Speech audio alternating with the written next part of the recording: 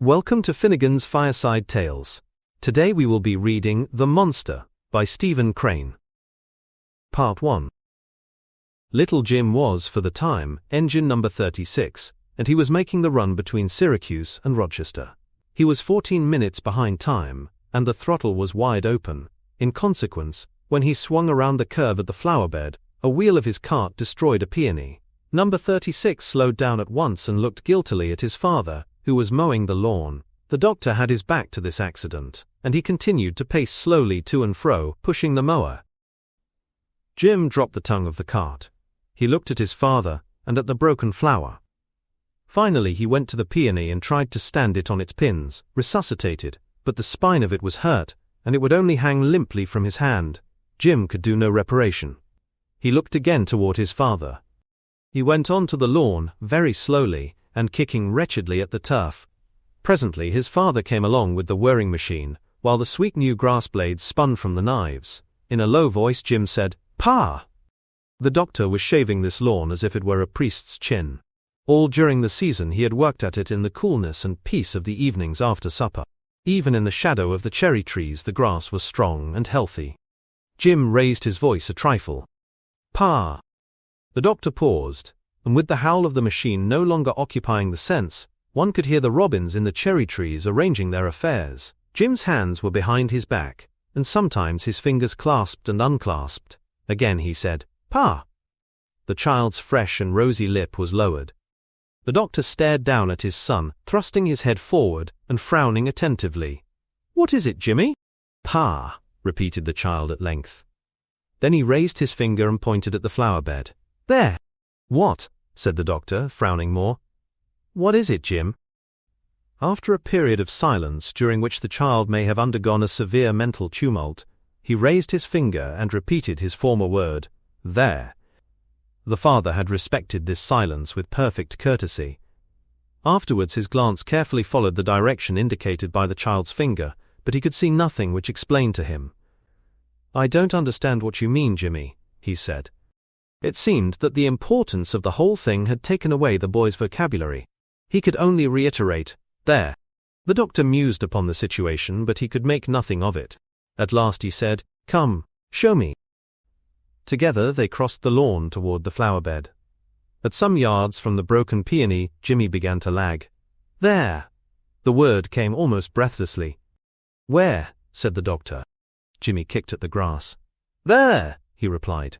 The doctor was obliged to go forward alone.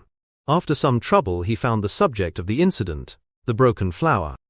Turning then, he saw the child lurking at the rear and scanning his countenance. The father reflected. After a time he said, "Jimmy, come here." With an infinite modesty of demeanor the child came forward. "Jimmy, how did this happen?" The child answered, "Now, I was playing train, and now I run over it." "You were doing what?" "I was playing train." The father reflected again. "Well, Jimmy," he said slowly, "I guess you had better not play train any more today. Do you think you had better?" "No, sir," said Jimmy. During the delivery of the judgment the child had not faced his father, and afterwards he went away, with his head lowered, shuffling his feet. Part 2. It was apparent from Jimmy's manner that he felt some kind of desire to efface himself. He went down to the stable. Henry Johnson, the Negro who cared for the doctor's horses, was sponging the buggy. He grinned fraternally when he saw Jimmy coming. These two were pals. In regard to almost everything in life, they seemed to have minds precisely alike. Of course there were points of emphatic divergence. For instance, it was plain from Henry's talk that he was a very handsome Negro, and he was known to be a light, a weight, and an eminence in the suburb of the town, where lived the larger number of the Negroes, and obviously this glory was over Jimmy's horizon. But he vaguely appreciated it, and paid deference to Henry for it, mainly because Henry appreciated it and deferred to himself. However, on all points of conduct as related to the doctor, who was the moon, they were in complete but unexpressed understanding. Whenever Jimmy became the victim of an eclipse, he went to the stable to solace himself with Henry's crimes. Henry, with the elasticity of his race, could usually provide a sin to place himself on a footing with the disgraced one. Perhaps he would remember that he had forgotten to put the hitching strap in the back of the buggy on some recent occasion. and had been reprimanded by the doctor. Then these two would commune subtly, and without words concerning their moon, holding themselves sympathetically as people who had committed similar treasons. On the other hand, Henry would sometimes choose to absolutely repudiate this idea, and when Jimmy appeared in his shame, would bully him most virtuously, preaching with assurance the precepts of the doctor's creed, and pointing out to Jimmy all his abominations. Jimmy did not discover that this was odious in his comrade. He accepted it and lived in its shadow with humility, merely trying to conciliate the saintly Henry with acts of deference. Won by this attitude, Henry would sometimes allow the child to enjoy the felicity of squeezing the sponge over a buggy wheel, even when Jimmy was still gory from unspeakable deeds. Whenever Henry dwelt for a time in sackcloth, Jimmy did not patronize him at all. This was a justice of his age, his condition, he did not know. Besides, Henry could drive a horse, and Jimmy had a full sense of this sublimity. Henry personally conducted the moon during the splendid journeys through the country roads, where farms spread on all sides, with sheep, cows, and other marvels abounding. "Hello, Jim," said Henry, poising his sponge. Water was dripping from the buggy. Sometimes the horses in the stalls stamped thunderingly on the pine floor. There was an atmosphere of hay and of harness. For a minute Jimmy refused to take an interest in anything. He was very downcast. He could not even feel the wonders of wagon washing. Henry, while at his work, narrowly observed him. "Your pop done wallop you, didn't he?" he said at last. "No," said Jimmy defensively, "he didn't." After this casual remark, Henry continued his labor, with a scowl of occupation. Presently he said, "I done told you many times not to go fooling with them flowers. Your pop don't like it." As a matter of fact, Henry had never mentioned flowers to the boy. Jimmy preserved a gloomy silence, so Henry began to use seductive wiles in this affair of washing a wagon. It was not until he began to spin a wheel on the tree, and the sprinkling water flew everywhere, that the boy was visibly moved. He had been seated on the sill of the carriage-house door, but at the beginning of this ceremony he arose and circled toward the buggy, with an interest that slowly consumed the remembrance of a late disgrace. Johnson could then display all the dignity of a man whose duty it was to protect Jimmy from a splashing. "Look out, boy, look out, you done spoil your pants. I reckon your mama don't allow this foolishness, she know it. I ain't gonna have you round here spilling your pants and have Miss Trescott light on me pressingly. Indeed I ain't." He spoke with an air of great irritation, but he was not annoyed at all. This tone was merely a part of his importance. In reality, he was always delighted to have the child there to witness the business of the stable. For one thing, Jimmy was invariably overcome with reverence when he was told how beautifully a harness was polished or a horse groomed. Henry explained each detail of this kind with unction, procuring great joy from the child's admiration. Part 3. After Johnson had taken his supper in the kitchen, he went to his loft in the carriage-house and dressed himself with much care. No belle of a court circle could bestow more mind on a toilet than did Johnson. On second thought, he was more like a priest arraying himself for some parade of the church. As he emerged from his room and sauntered down the carriage drive, no one would have suspected him of ever having washed a buggy. It was not altogether a matter of the lavender trousers, nor yet the straw hat with its bright silk band. The change was somewhere far in the interior of Henry, but there was no cakewalk hyperbole in it. He was simply a quiet, well-bred gentleman of position, wealth, and other necessary achievements out for an evening stroll, and he had never washed a wagon in his life. In the morning, when in his working clothes, he had met a friend. "Hello, Pete." "Hello, Henry." Now in his effulgence he encountered this same friend. His bow was not at all haughty. If it expressed anything, it expressed consummate generosity. "Good evening, Mr. Washington." Pete, who was very dirty, being at work in a potato patch, responded in a mixture of abasement and appreciation. "Good evening, Mr. Johnson." The shimmering blue of the electric arc lamps was strong in the main street of the town. At numerous points it was conquered by the orange glare of the outnumbering gaslights in the windows of shops.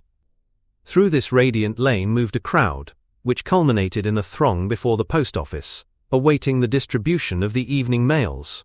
Occasionally there came into it a shrill electric streetcar, the motor singing like a cageful of grasshoppers, and possessing a great gong that clanged forth both warnings and simple noise. At the Little Theatre, which was a varnish and red plush miniature of one of the famous New York theaters, a company of strollers was to play East Lynne. The young men of the town were mainly gathered at the corners, in distinctive groups, which expressed various shades and lines of chumship, and had little to do with any social gradations. There they discussed everything with critical insight, passing the whole town in review as it swarmed in the street. When the gongs of the electric cars ceased for a moment to harry the ears, there could be heard the sound of the feet of the leisurely crowd on the blue stone pavement, and it was like the peaceful evening lashing at the shore of a lake. At the foot of the hill, where 2 lines of maples sentineled the way, an electric lamp glowed high among the embowering branches, and made most wonderful shadow etchings on the road below it. When Johnson appeared amid the throng, a member of one of the profane groups at a corner instantly telegraphed news of this extraordinary arrival to his companions. They hailed him. "Hello, Henry, going to walk for a cake tonight?" "Ain't he smooth? Why, you've got that cake right in your pocket, Henry. Throw out your chest a little more." Henry was not ruffled in any way by these quiet admonitions and compliments. In reply he laughed a supremely good-natured chuckling laugh, which nevertheless expressed an underground complacency of superior metal.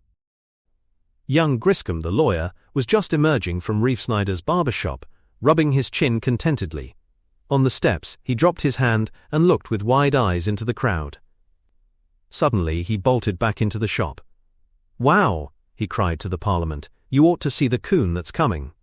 Reef Snyder and his assistant instantly poised their razors high and turned toward the window. 2 belathered heads reared from the chairs. The electric shine in the street caused an effect like water to them who looked through the glass from the yellow glamour of Reef Snyder's shop. In fact, the people without resembled the inhabitants of a great aquarium that here had a square pane in it. Presently into this frame swam the graceful form of Henry Johnson. "Gee," said Reef Snyder. He and his assistant with one accord threw their obligations to the winds, and leaving their lathered victims helpless, advanced to the window. "Ain't he a tasy?" said Reef Snyder, marveling. But the man in the first chair, with a grievance in his mind, had found a weapon. "Why, that's only Henry Johnson, you blamed idiots. Come on now, Reef, and shave me. What do you think I am, a mummy?" Reef Snyder turned in a great excitement. "I bet you any money that var's not Henry Johnson." "Henry Johnson? Rats!" The scorn put into this last word made it an explosion. "That man var's a Pullman car porter or something. How could that be Henry Johnson?" he demanded turbulently. "You var crazy." The man in the first chair faced the barber in a storm of indignation. "Didn't I give him those lavender trousers?" he roared. And young Griscom, who had remained attentively at the window, said, "Yes, I guess that was Henry. It looked like him." "Oh, well," said Reef Snyder, returning to his business. "If you think so, oh well." He implied that he was submitting for the sake of amiability. Finally the man in the second chair, mumbling from a mouth made timid by adjacent lather, said, "That was Henry Johnson all right. Why, he always dresses like that when he wants to make a front. He's the biggest dude in town. Anybody knows that." "Ginger," said Reef Snyder. Henry was not at all oblivious of the wake of wondering ejaculation that streamed out behind him. On other occasions he had reaped this same joy, and he always had an eye for the demonstration.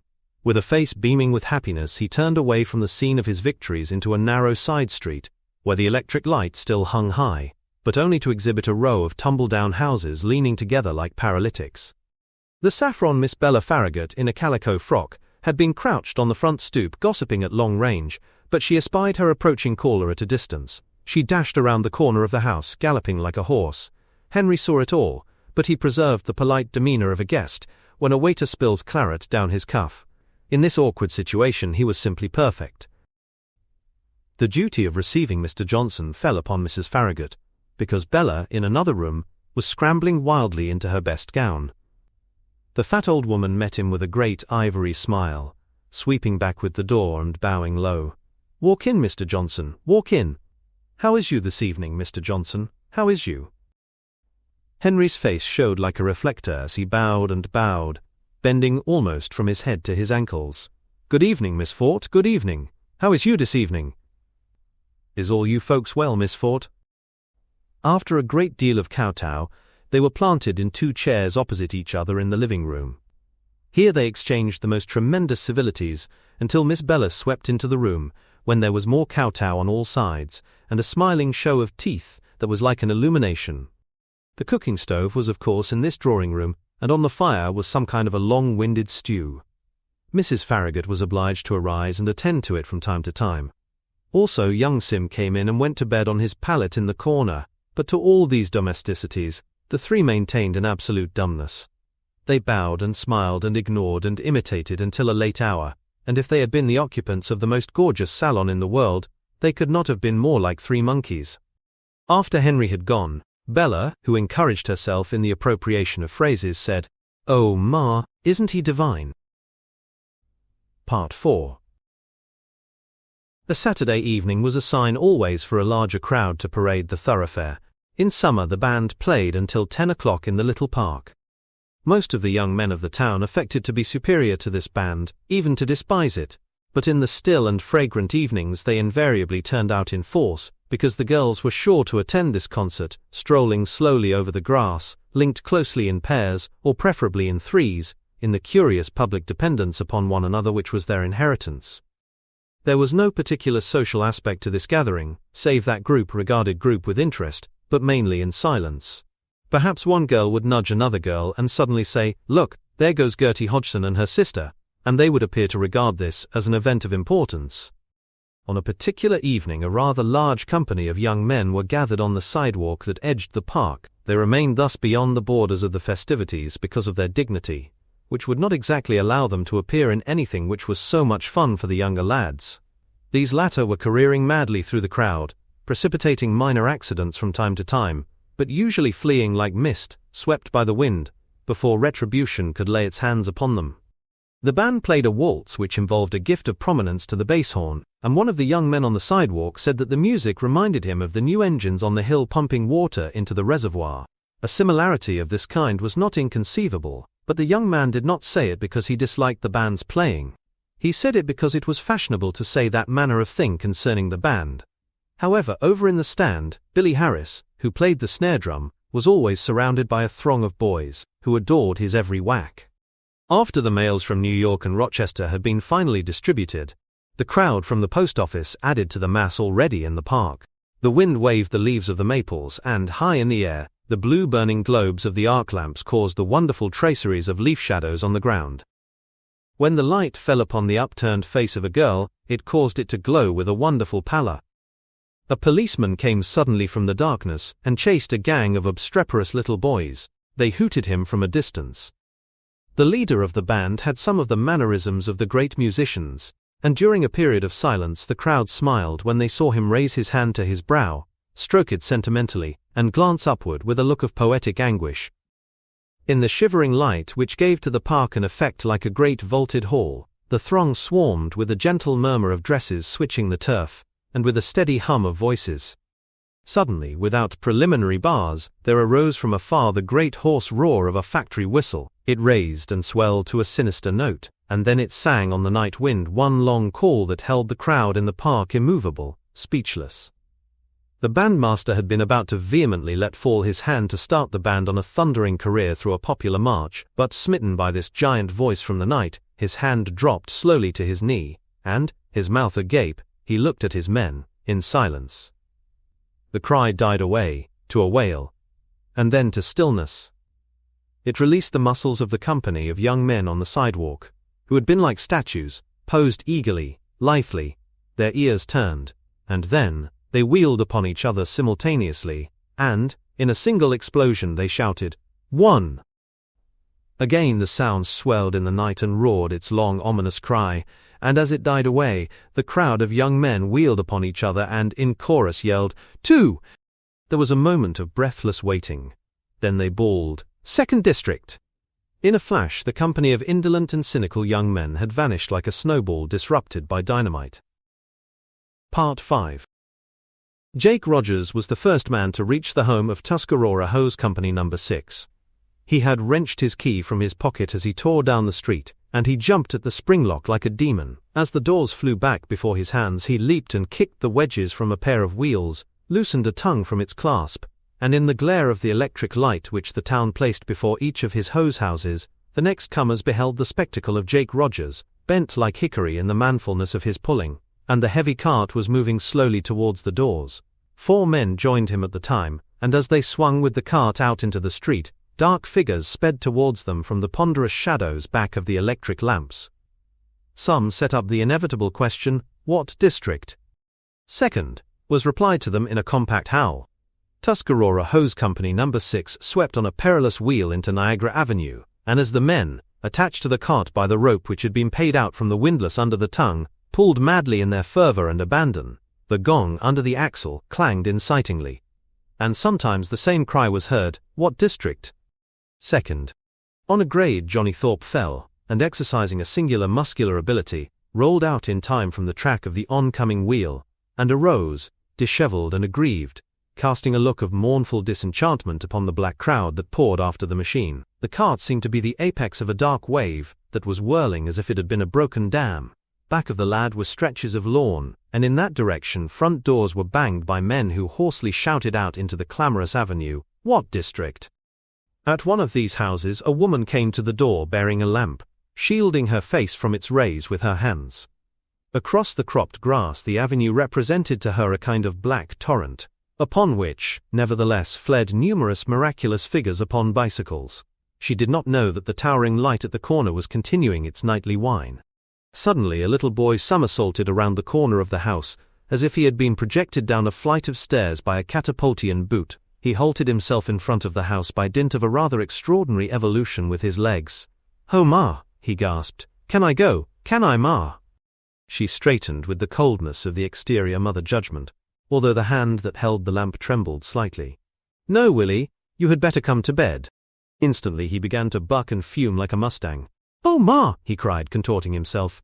"Oh, Ma, can't I go? Please, Ma, can't I go? Can't I go, Ma?" "It's 9:30 now, Willie." He ended by wailing out a compromise. "Well, just down to the corner, Ma, just down to the corner." From the avenue came the sound of rushing men who wildly shouted. Somebody had grappled the bell rope in the Methodist church, and now over the town rang this solemn and terrible voice, speaking from the clouds. Moved from its peaceful business, this bell gained a new spirit in the portentous night, and it swung the heart to and fro, up and down, with each peal of it.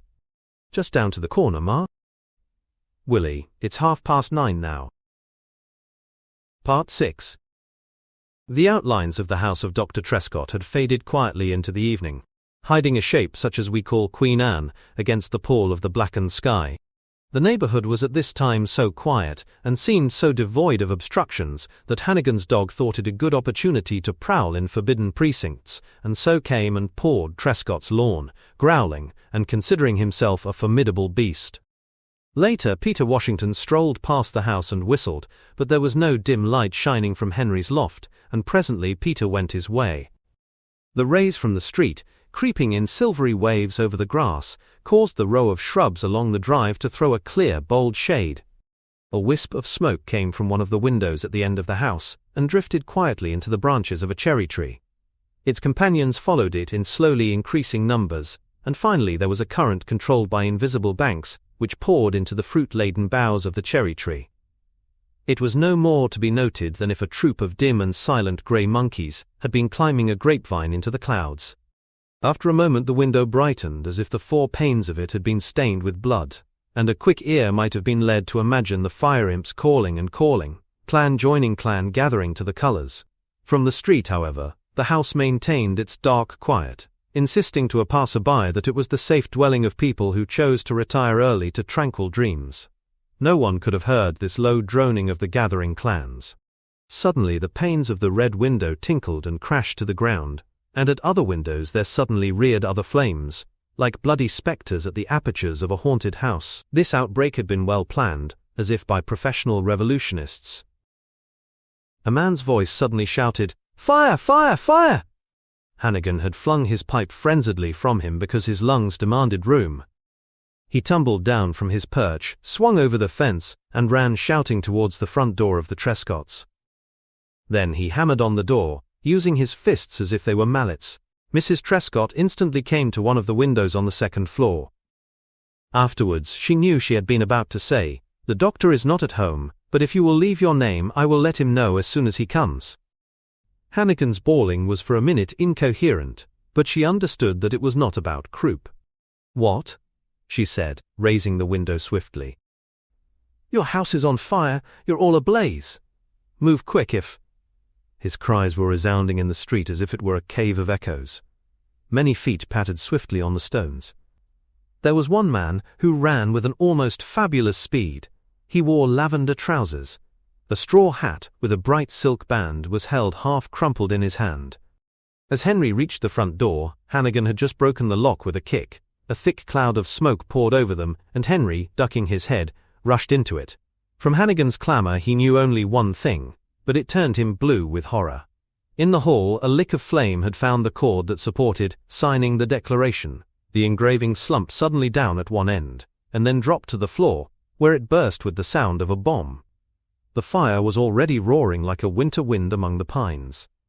At the head of the stairs, Mrs. Trescott was waving her arms as if they were two reeds. "Jimmy! Save Jimmy!" she screamed in Henry's face. He plunged past her and disappeared, taking the long familiar routes among these upper chambers, where he had once held office as a sort of second assistant housemaid. Hannigan had followed him up the stairs and grappled the arm of the maniacal woman there. His face was black with rage. "You must come down," he bellowed. She would only scream at him in reply, "Jimmy! Jimmy! Save Jimmy!" But he dragged her forth while she babbled at him. As they swung out into the open air, a man ran across the lawn and, seizing a shutter, pulled it from its hinges and flung it far out upon the grass. Then he frantically attacked the other shutters one by one. It was a kind of temporary insanity. "Here you," howled Hannigan, "hold Mrs. Trescott, and stop." The news had been telegraphed by a twist of the wrist of a neighbor who had gone to the firebox at the corner, and the time when Hannigan and his charge struggled out of the house was the time when the whistle roared its hoarse night call, smiting the crowd in the park, causing the leader of the band, who was about to order the first triumphal clang of a military march, to let his hand drop slowly to his knees. Part 7. Henry poured awkwardly through the smoke in the upper halls.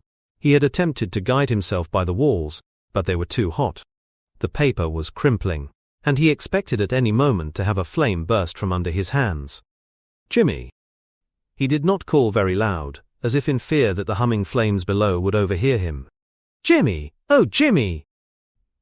Stumbling and panting, he speedily reached the entrance to Jimmy's room and flung open the door. The little chamber had no smoke in it at all. It was faintly illumined by a beautiful rosy light reflected circuitously from the flames that were consuming the house. The boy had apparently just been aroused by the noise. He sat in his bed, his lips apart, his eyes wide, while upon his little white-robed figure played caressingly the light from the fire. As the door flew open, he had before him this apparition of his pal, a terror-stricken Negro, all tousled and with wool scorching, who leaped upon him and bore him up in a blanket, as if the whole affair were a case of kidnapping by a dreadful robber chief. Without waiting to go through the usual short but complete process of wrinkling up his face, Jimmy let out a gorgeous bawl, which resembled the expression of a calf's deepest terror. As Johnson, bearing him, reeled into the smoke of the hall, he flung his arms about his neck and buried his face in the blanket. He called twice in muffled tones, "Mama, Mama!" When Johnson came to the top of the stairs with his burden, he took a quick step backward. Through the smoke that rolled to him, he could see that the lower hall was all ablaze. He cried out then, in a howl that resembled Jimmy's former achievement. His legs gained a frightful faculty of bending sideways. Swinging about precariously on these reedy legs, he made his way back slowly, back along the upper hall. From the way of him then, he had given up almost all idea of escaping from the burning house, and with it, the desire. He was submitting because of his father's, bending his mind in a most perfect slavery to this conflagration. He now clutched Jimmy, as unconsciously as when, running toward the house, he had clutched the hat with the bright silk band. Suddenly he remembered a little private staircase which led from a bedroom to an apartment which the doctor had fitted up as a laboratory and workhouse, where he used some of his leisure, and also hours when he might have been sleeping, in devoting himself to experiments which came in the way of his study and interest. When Johnson recalled this stairway, the submission to the blaze departed instantly. He had been perfectly familiar with it, but his confusion had destroyed the memory of it. In his sudden momentary apathy, there had been little that resembled fear, but now, as a way of safety came to him, the old frantic terror caught him. He was no longer creature to the flames, and he was afraid of the battle with them. It was a singular and swift set of alternations, in which he feared twice without submission, and submitted once without fear. "Jimmy!" he wailed as he staggered on his way. He wished this little, inanimate body at his breast to participate in his tremblings, but the child had lain limp and still during these headlong charges and countercharges, and no sign came from him. Johnson passed through 2 rooms and came to the head of the stairs. As he opened the door, great billows of smoke poured out, but gripping Jimmy closer, he plunged down through them. All manner of odors assailed him during this flight. They seemed to be alive with envy, hatred, and malice. At the entrance to the laboratory he confronted a strange spectacle. The room was like a garden in the region where might be burning flowers. Flames of violet, crimson, green, blue, orange, and purple were blooming everywhere. There was one blaze that was precisely the hue of a delicate coral. In another place was a mass that lay merely in phosphorescent inaction like a pile of emeralds. But all these marvels were to be seen dimly through clouds of heaving, turning, deadly smoke. Johnson halted for a moment on the threshold. He cried out again in the Negro wail that had in it the sadness of the swamps. Then he rushed across the room. An orange-colored flame leaped like a panther at the lavender trousers. This animal bit deeply into Johnson. There was an explosion at one side, and suddenly before him there reared a delicate, trembling sapphire shape like a fairy lady. With a quiet smile she blocked his path and doomed him and Jimmy.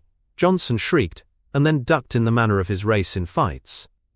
He aimed to pass under the left guard of the sapphire lady, but she was swifter than eagles, and her talons caught in him as he plunged past her. Bowing his head as if his neck had been struck, Johnson lurched forward, twisting this way and that way. He fell on his back. The still form in the blanket flung from his arms, rolled to the edge of the floor and beneath the window. Johnson had fallen with his head at the base of an old-fashioned desk. There was a row of jars upon the top of this desk. For the most part they were silent amid this rioting, but there was one which seemed to hold a scintillant and writhing serpent. Suddenly the glass splintered, and a ruby-red snake-like thing poured its thick length out upon the top of the old desk. It coiled and hesitated, and then began to swim a languorous way down the mahogany slant. At the angle it waved its sizzling molten head to and fro over the closed eyes of the man beneath it. Then, in a moment, with mystic impulse, it moved again, and the red snake flowed directly down into Johnson's upturned face. Afterwards the trail of this creature seemed to reek, and amid flames and low explosions, drops like red-hot jewels pattered softly down it, at leisurely intervals. Part 8. Suddenly all roads led to Dr. Trescott's. The whole town flowed toward one point. Chippeway Hose Company No. 1 toiled desperately up Bridge Street Hill, even as the Tuscaroras came in an impetuous sweep down Niagara Avenue.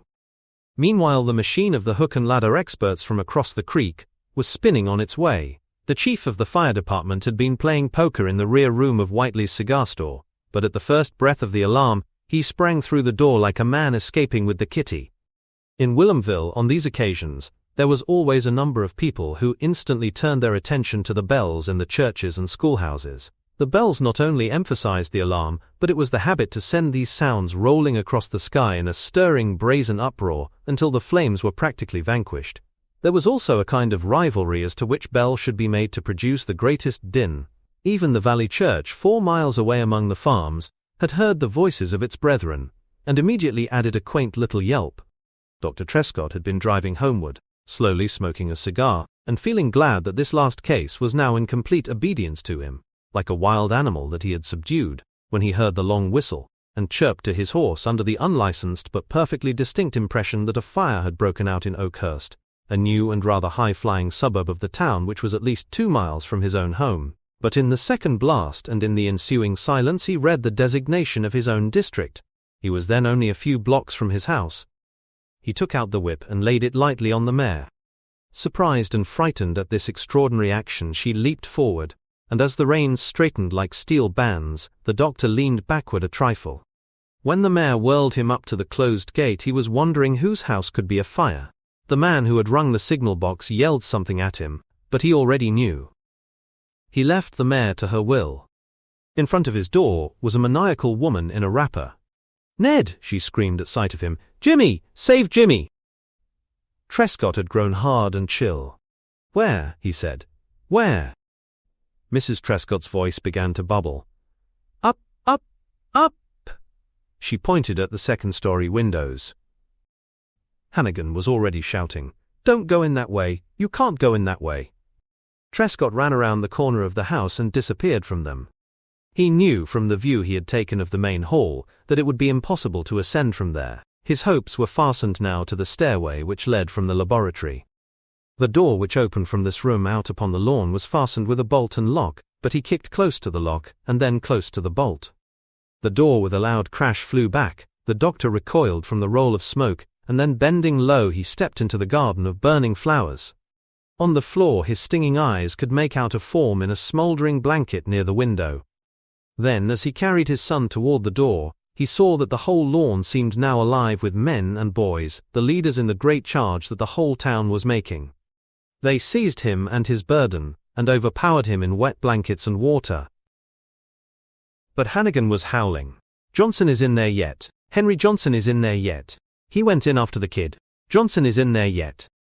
These cries penetrated to the sleepy senses of Trescott, and he struggled with his captors, swearing, unknown to him and to them, all the deep blasphemies of his medical student days. He arose to his feet, and went again toward the door of the laboratory.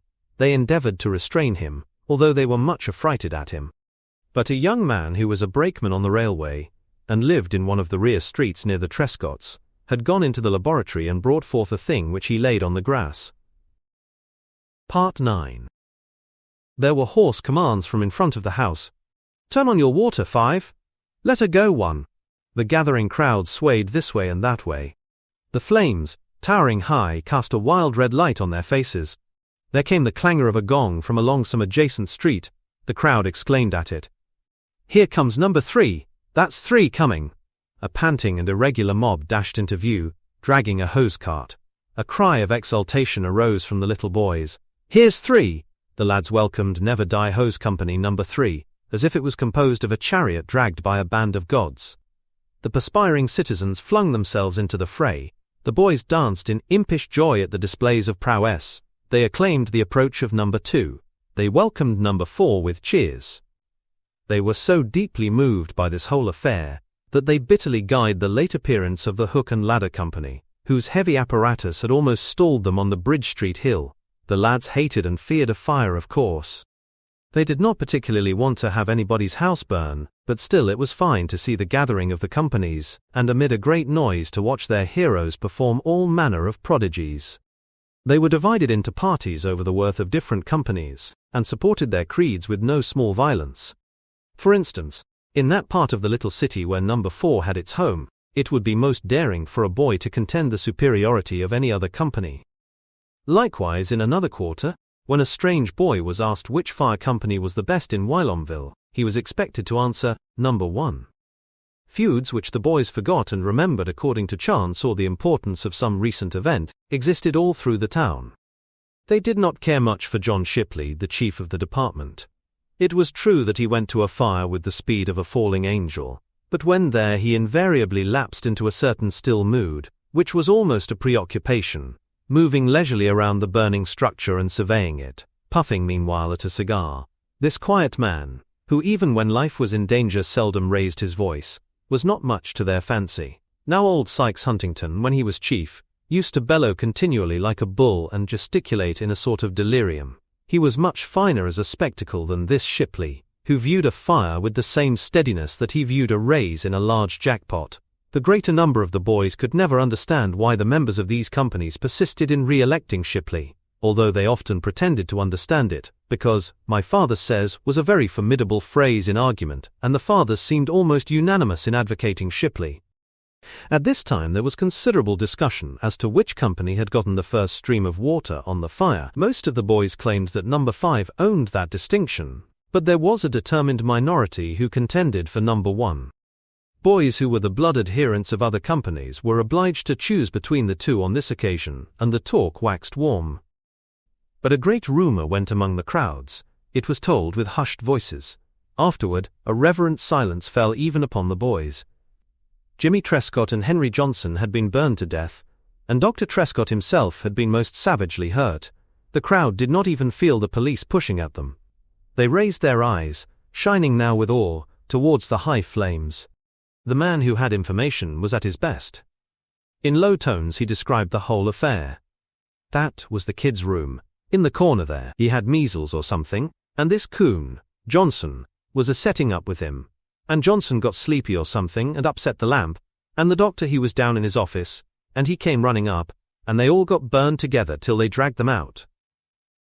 Another man, always preserved for the deliverance of the final judgment, was saying, "Oh, they'll die sure, burned to flinders. No chance, whole lot of them. Anybody can see." The crowd concentrated its gaze still more closely upon these flags of fire, which waved joyfully against the black sky. The bells of the town were clashing unceasingly. A little procession moved across the lawn and towards the street. There were 3 cots, borne by 12 of the firemen. The police moved sternly, but it needed no effort of theirs to open a lane for this slow cortege. The men who bore the cots were well known to the crowd, but in this solemn parade, during the ringing of the bells and the shouting, and with the red glare upon the sky, they seemed utterly foreign, and Whilomville paid them a deep respect.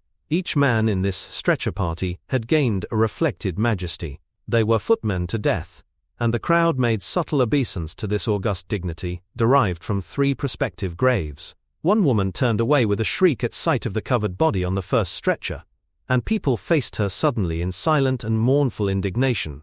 Otherwise there was barely a sound as these 12 important men with measured tread carried their burdens through the throng.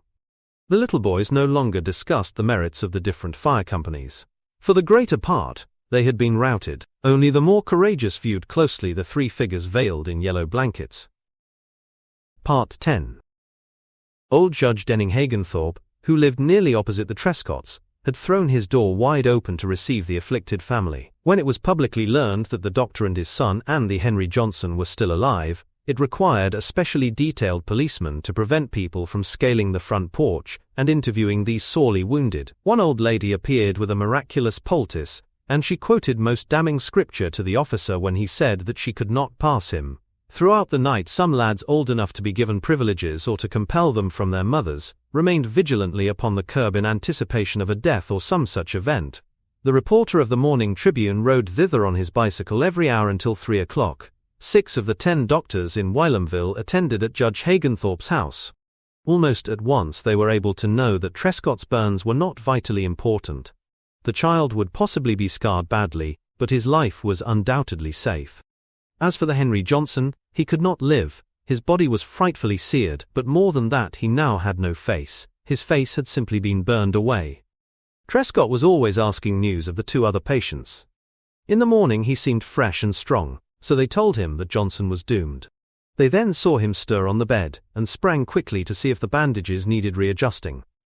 In the sudden glance he threw from one to another he impressed them as being both leonine and impracticable. The morning paper announced the death of Henry Johnson. It contained a long interview with Edward J. Hannigan, in which the latter described in full the performance of Johnson at the fire. There was also an editorial built from all the best words in the vocabulary of the staff. The town halted in its accustomed road of thought, and turned a reverent attention to the memory of this hostler. In the breasts of many people was the regret that they had not known enough to give him a hand and a lift when he was alive, and they judged themselves stupid and ungenerous for this failure. The name of Henry Johnson became suddenly the title of a saint to the little boys. The one who thought of it first could, by quoting it in an argument, at once overthrow his antagonist, whether it applied to the subject or whether it did not.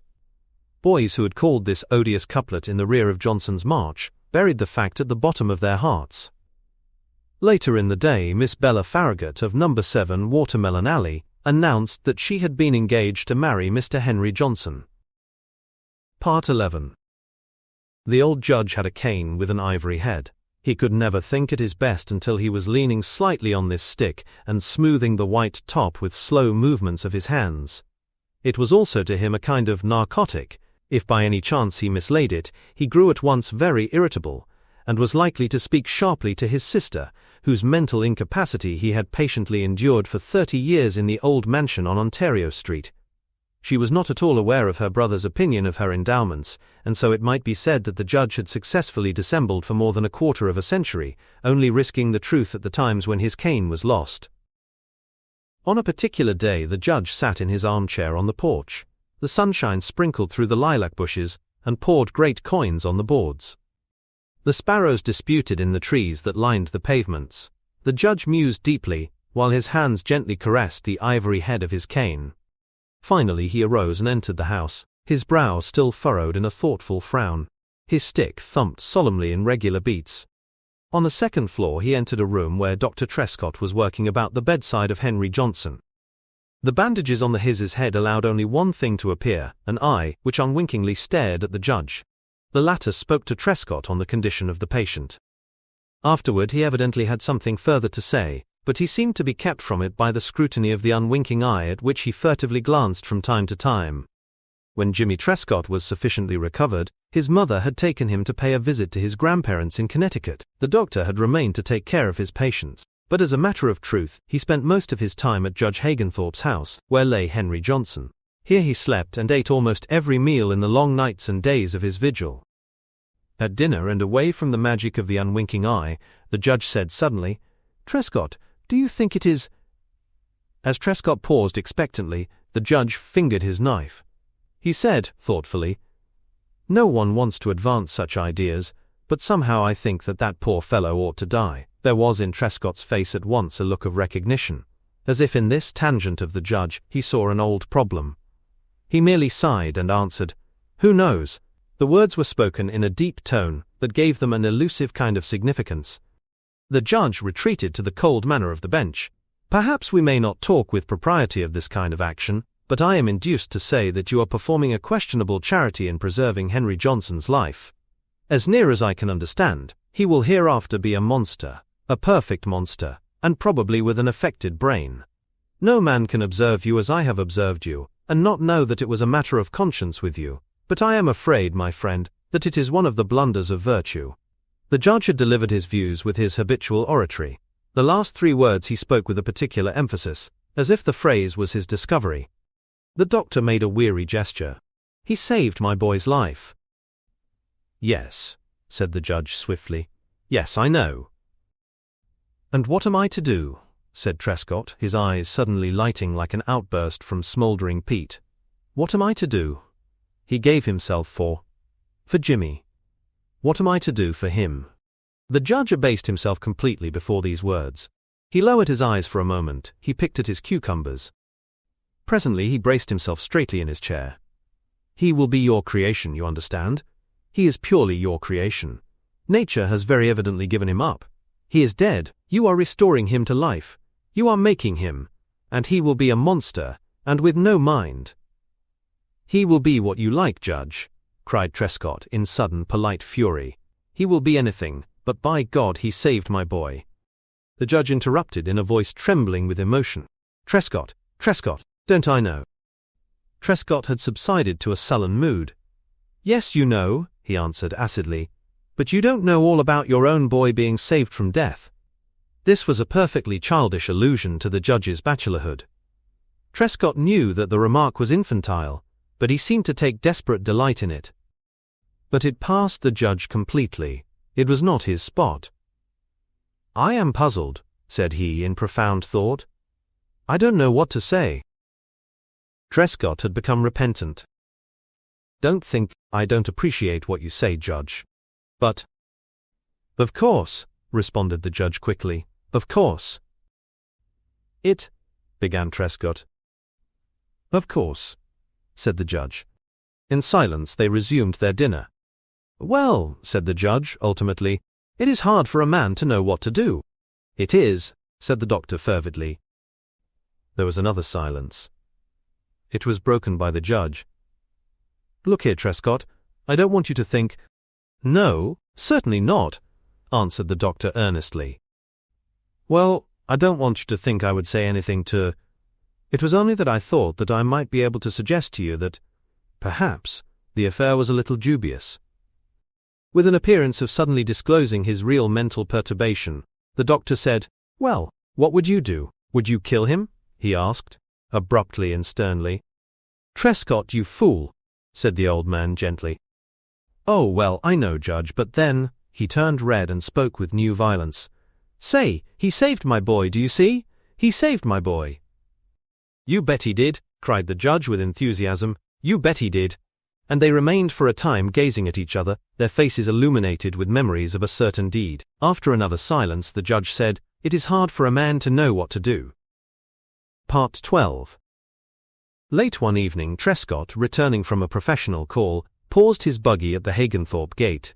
He tied the mare to the old tin-covered post and entered the house.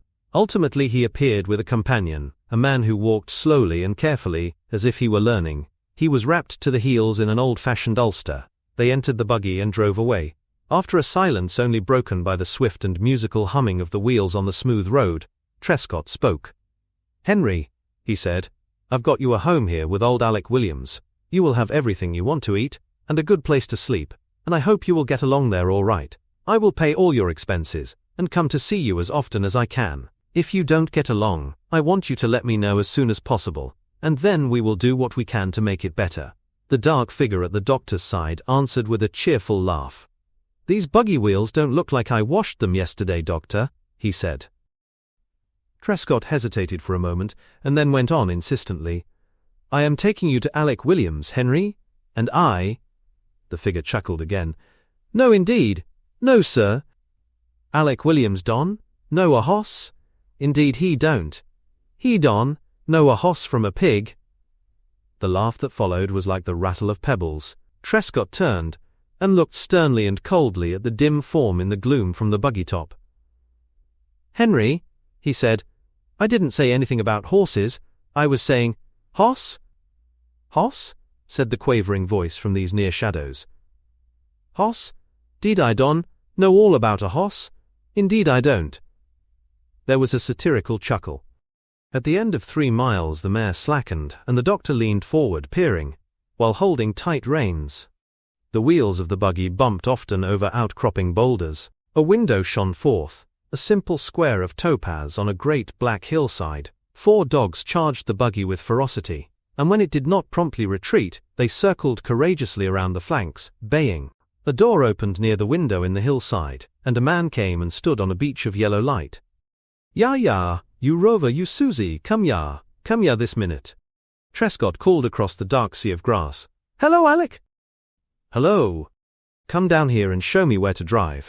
The man plunged from the beach into the surf, and Trescott could then only trace his course by the fervid and polite ejaculations of a host who was somewhere approaching. Presently Williams took the mare by the head, and uttering cries of welcome and scolding the swarming dogs, led the equipage toward the lights.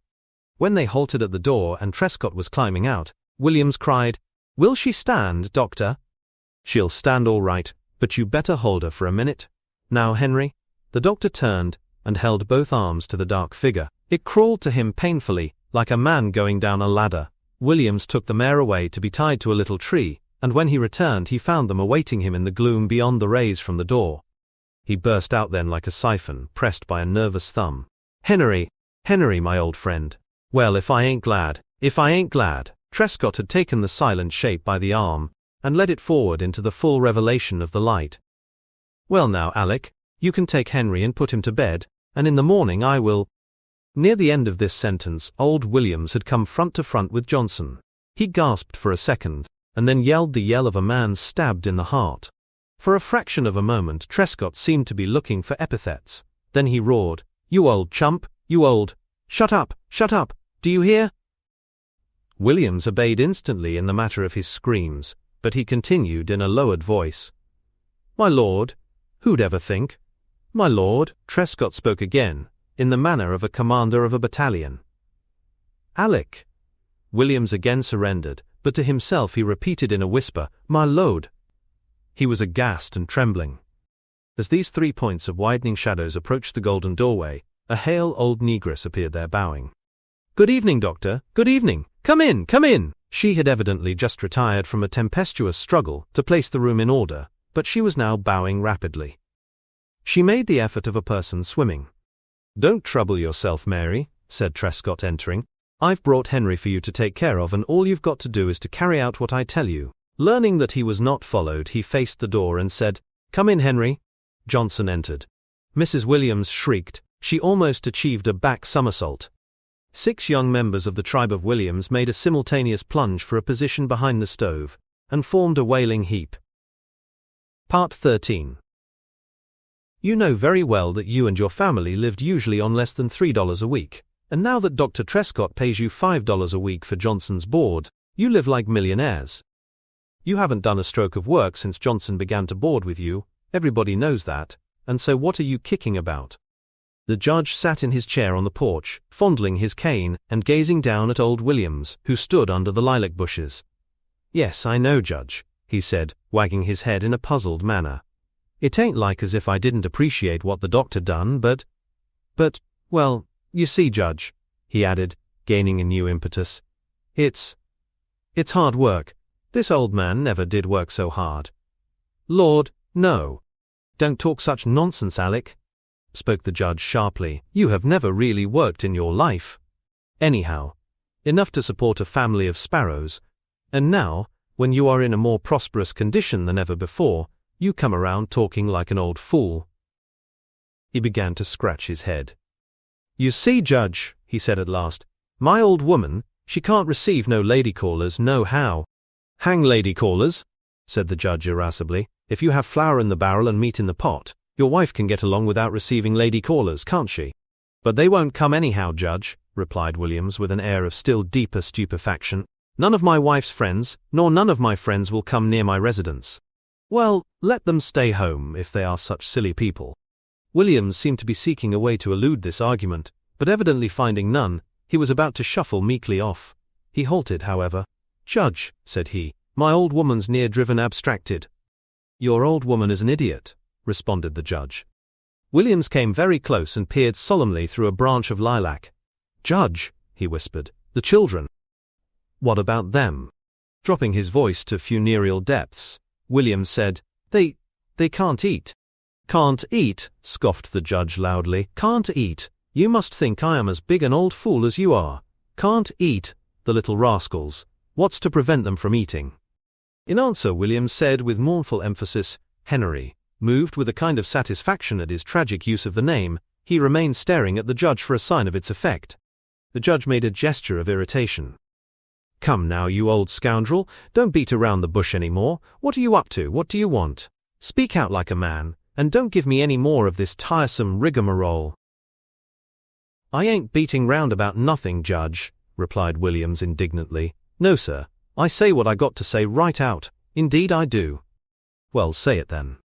Judge, began Williams, taking off his hat and switching his knee with it. Lord knows I'd do just about as much for $5 a week as any could, but this here business is awful, Judge. I reckon ain't been no sleep in my house since Dr. done fetch him. Well, what do you propose to do about it? Williams lifted his eyes from the ground and gazed off through the trees. Reckon I got good appetite, and sleep just like a dog, but he's done broke me all up. It ain't no good. I wake up in the night, I hear him whimpering and whimpering, and I sneak until I try the door to see if he locked in. And he keep me puzzling and quaking all night long. Don't know how he'll do in the winter. Can't let him out where the children are. He'll done freeze where he is now. Williams spoke these sentences as if he were talking to himself. After a silence of deep reflection, he continued. Folks go round sayin', he ain't Henry Johnson at all. They say he's a devil. What? Cried the judge. Yes, sir, repeated Williams in tones of injury, as if his veracity had been challenged. Yes, sir, I'm telling it to you straight, Judge. Plenty cold people folks up my way say it is a devil. Well, you don't think so yourself, do you? No, it ain't no devil, it's Henry Johnson. Well then, what is the matter with you? You don't care what a lot of foolish people say. Go on, tending to your business, and pay no attention to such idle nonsense. 'Tis nonsense, Judge, but he looks like a devil. What do you care what he looks like? Demanded the judge. My rent is $2.50 each month, said Williams slowly. It might just as well be $10,000 a month, responded the judge. You never pay it anyhow. Then, another thing, continued Williams in his reflective tone. If he was all right in his head, I could stand it. But, Judge, he's crazier than a loon. Then when he looks like the devil, and done scares all my friends away, and my children can't eat, and my old woman just raising Cain all the time, and my rent $2.50 each month, and him not right in his head, it seems like $5 a week. The judge's stick came down sharply and suddenly upon the floor of the porch. There, he said. I thought that was what you were driving at."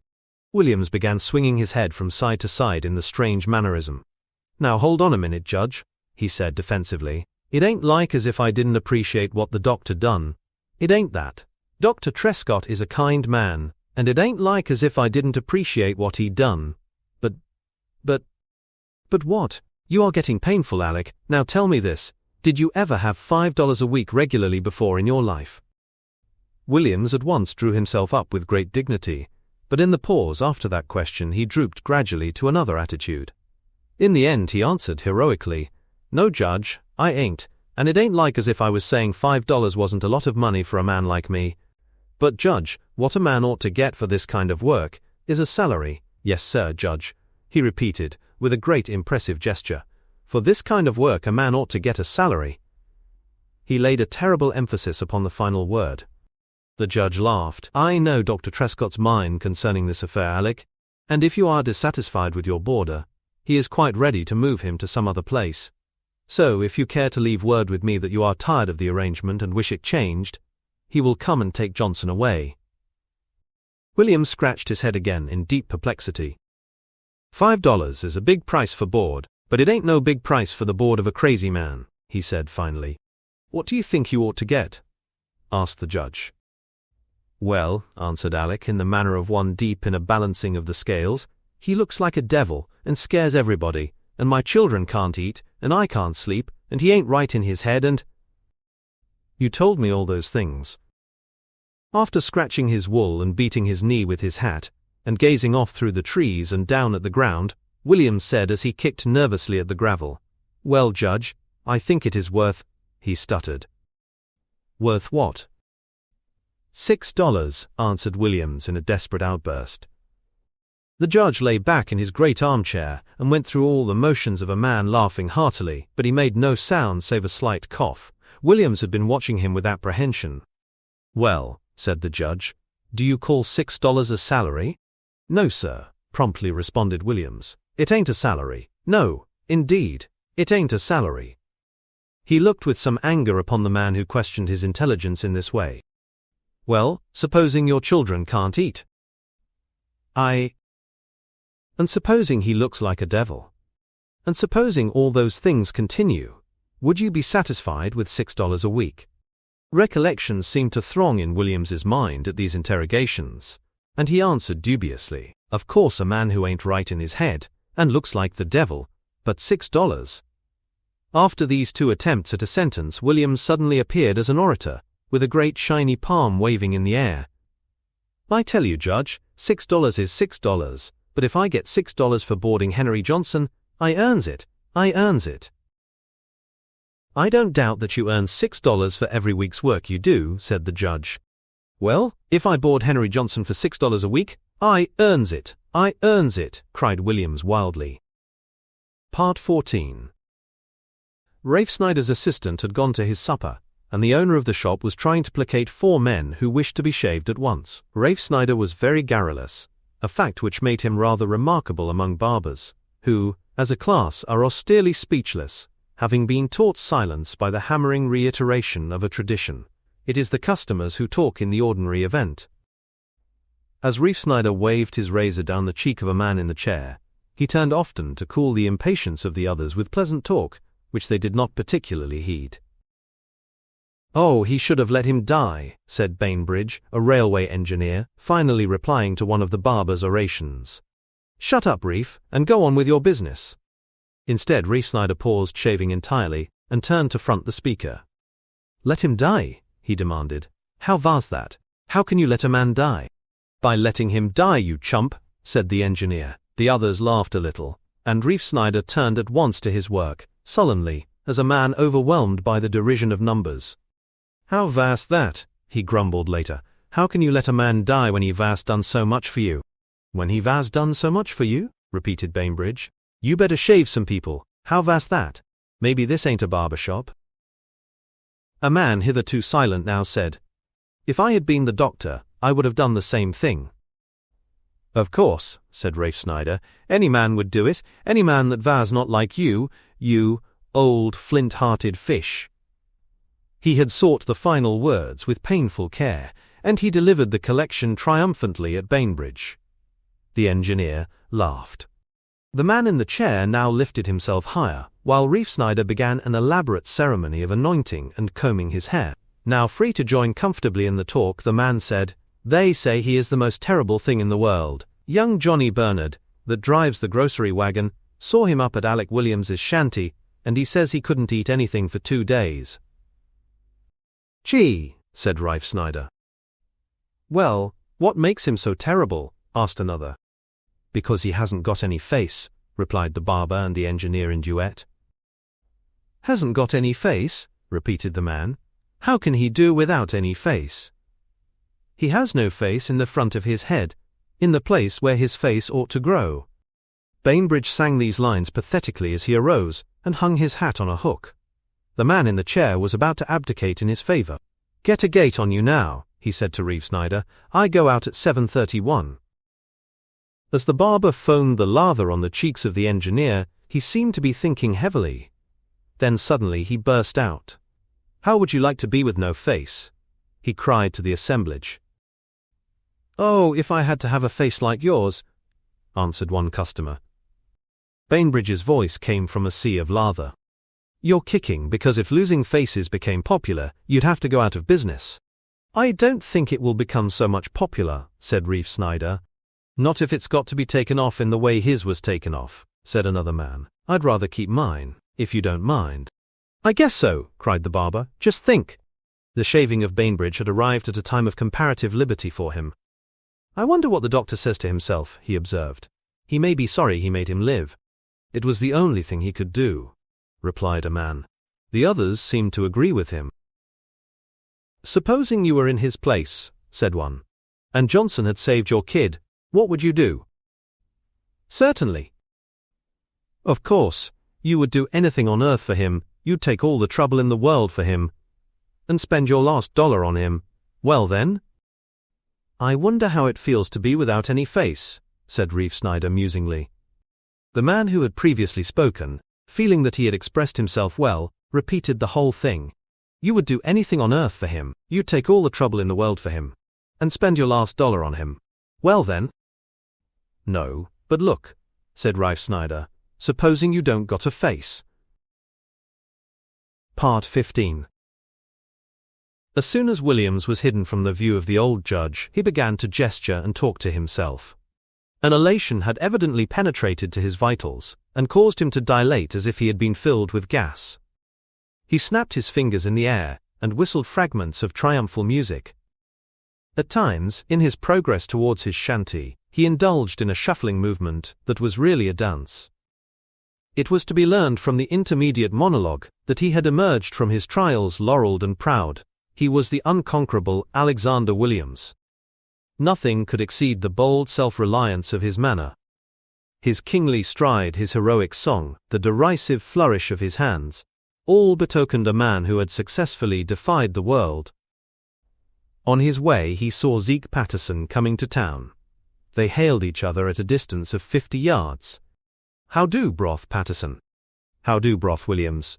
They were both deacons. "Is you folks well, Patterson?" "Middling, middling." "How's you folks, Williams?"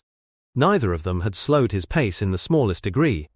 They had simply begun this talk when a considerable space separated them, continued it as they passed, and added polite questions as they drifted steadily apart. Williams's mind seemed to be a balloon. He had been so inflated that he had not noticed that Patterson had definitely shied into the dry ditch as they came to the point of ordinary contact. Afterward, as he went a lonely way, he burst out again in song and pantomimic celebration of his estate. His feet moved in prancing steps. When he came in sight of his cabin, the fields were bathed in a blue dusk, and the light in the window was pale. Cavorting and gesticulating, he gazed joyfully for some moments upon this light. Then suddenly another idea seemed to attack his mind, and he stopped, with an air of being suddenly dampened. In the end he approached his home, as if it were the fortress of an enemy. Some dogs disputed his advance for a loud moment, and then discovering their lord, slunk away embarrassed. His reproaches were addressed to them in muffled tones. Arriving at the door, he pushed it open with the timidity of a new thief. He thrust his head cautiously sideways, and his eyes met the eyes of his wife, who sat by the table, the lamplight defining a half of her face. "Shh," he said uselessly. His glance traveled swiftly to the inner door which shielded the one bedchamber. The pickaninnies, strewn upon the floor of the living room, were softly snoring. After a hearty meal, they had promptly dispersed themselves about the place and gone to sleep. "Shh," said Williams again to his motionless and silent wife. He had allowed only his head to appear. His wife, with one hand upon the edge of the table and the other at her knee, was regarding him with wide eyes and parted lips as if he were a spectre. She looked to be one who was living in terror, and even the familiar face at the door had thrilled her because it had come suddenly. Williams broke the tense silence. "Is he all right?" he whispered, waving his eyes towards the inner door. Following his glance timorously, his wife nodded, and in a low tone, answered, "I reckon he's done gone to sleep." Williams then slunk noiselessly across his threshold. He lifted a chair, and with infinite care placed it so that it faced the dreaded inner door. His wife moved slightly, so as to also squarely face it. A silence came upon them, in which they seemed to be waiting for a calamity, pealing and deadly. Williams finally coughed behind his hand. His wife started, and looked upon him in alarm. "'Pears like he done go and keep quiet tonight," he breathed. They continually pointed their speech and their looks at the inner door, paying it the homage, due to a corpse or a phantom. Another long stillness followed this sentence. Their eyes shone white and wide. A wagon rattled down the distant road. From their chairs they looked at the window, and the effect of the light in the cabin was a presentation of an intensely black and solemn night. The old woman adopted the attitude used always in church at funerals. At times she seemed to be upon the point of breaking out in prayer. "He mighty quiet tonight," whispered Williams. "Was he good today?" For answer his wife raised her eyes to the ceiling in the supplication of Job. Williams moved restlessly. Finally he tiptoed to the door. He knelt slowly and without a sound, and placed his ear near the keyhole. Hearing a noise behind him, he turned quickly. His wife was staring at him aghast. She stood in front of the stove, and her arms were spread out in the natural movement to protect all her sleeping ducklings. But Williams arose without having touched the door. "I reckon he to sleep," he said, fingering his wool. He debated with himself for some time. During this interval his wife remained, a great fat statue of a mother shielding her children. It was plain that his mind was swept suddenly by a wave of temerity. With a sounding step he moved towards the door. His fingers were almost upon the knob when he swiftly ducked and dodged away, clapping his hands to the back of his head. It was as if the portal had threatened him. There was a little tumult near the stove, where Mrs. Williams's desperate retreat had involved her feet with the prostrate children. After the panic, Williams bore traces of a feeling of shame. He returned to the charge. He firmly grasped the knob with his left hand, and with his other hand turned the key in the lock. He pushed the door, and as it swung portentously open, he sprang nimbly to one side, like the fearful slave liberating the lion. Near the stove a group had formed, the terror-stricken mother, with her arms stretched, and the aroused children clinging frenziedly to her skirts. The light streamed after the swinging door, and disclosed a room 6 feet one way, and 6 feet the other way. It was small enough to enable the radiance to lay it plain. Williams peered warily around the corner made by the doorpost.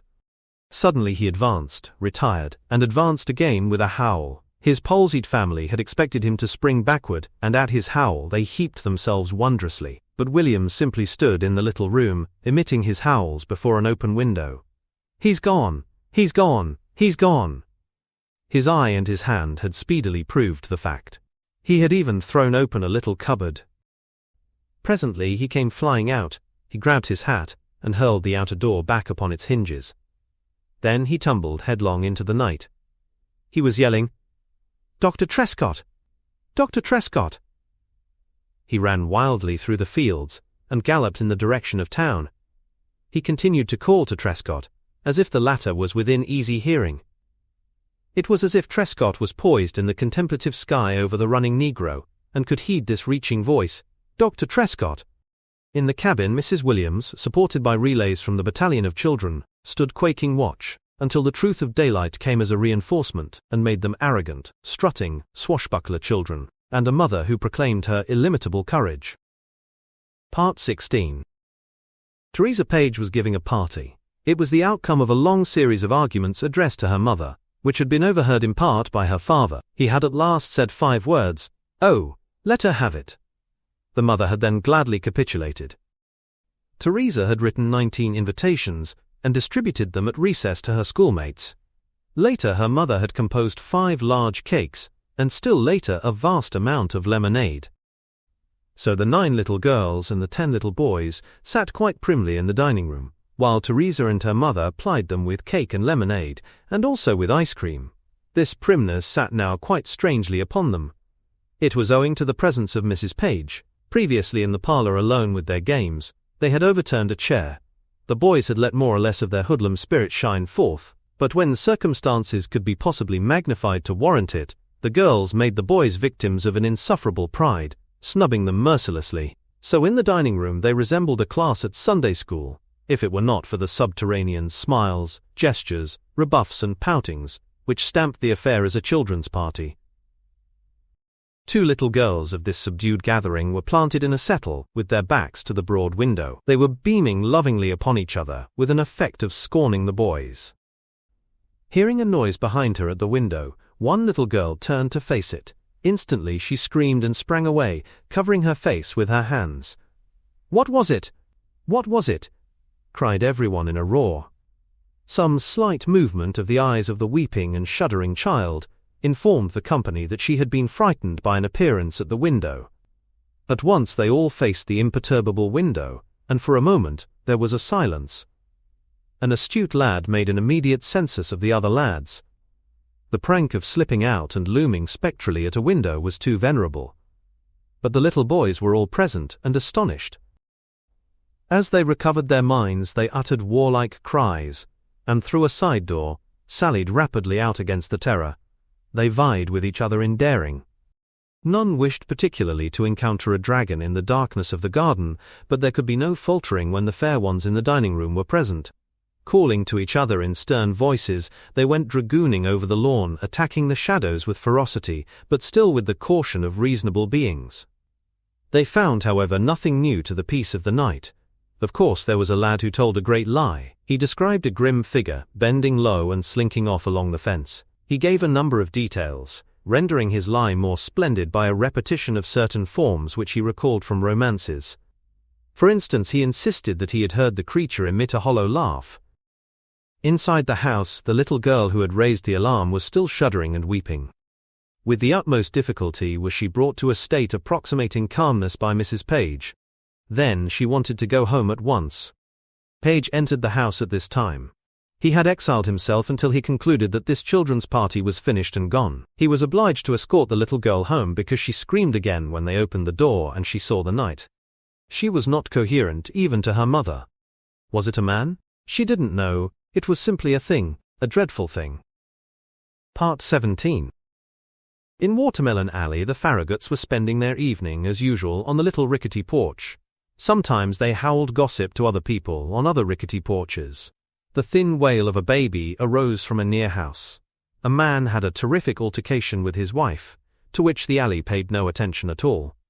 There appeared suddenly before the Farraguts a monster, making a low and sweeping bow. There was an instant's pause, and then occurred something that resembled the effect of an upheaval of the earth's surface.